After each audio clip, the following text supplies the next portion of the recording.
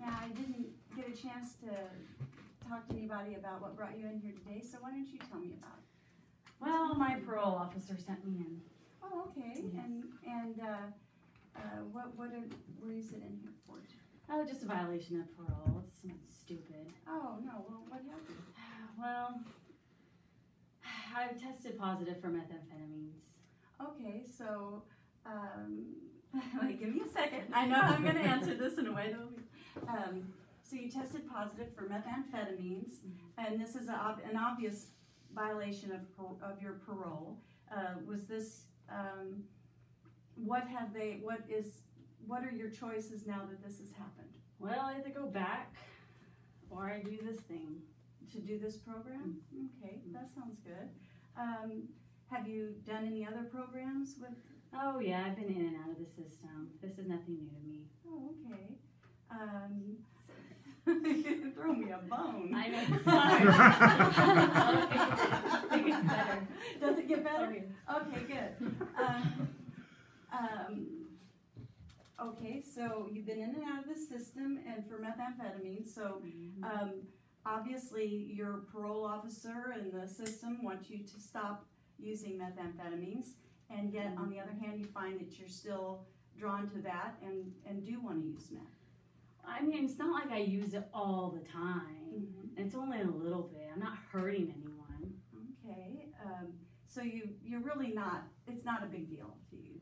It's just meth, it's not a big deal, yet you find yourself in a situation where it's a violation of the parole and you're here. Are there any, say next time you get caught using it, would there be a different result? Would you just do a program again, or?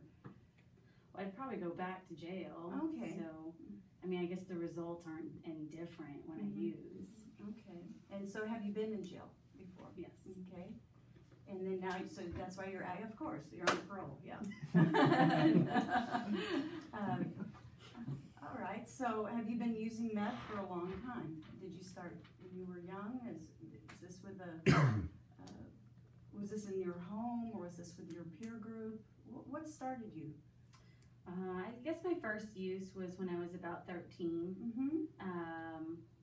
Just friends at school. And then after that, it was a boyfriend. So yes, I guess my first use was around 13. So that's a young age and an important age for forming friendships and becoming who you are. So this obviously would have a big influence in your life, and this would be a big, almost a community of people who would use meth together. Well, I mean, it's just, I guess, yeah, it is a social outing. I guess that's when I don't necessarily do it all the time. It's just when I'm, with my friends. So when you're out on parole, I realize that was a while ago when you first started with that peer group, but when you're on parole in this situation, and do you feel the terms of your parole are reasonable? No. To not use meth? Okay. Sorry, that's just funny. No, it's not. I mean, I don't understand what the big deal is. It's just a little meth. Okay. It's nothing big, but I guess another concern that my parole officer has is that I'm pregnant, so it happens.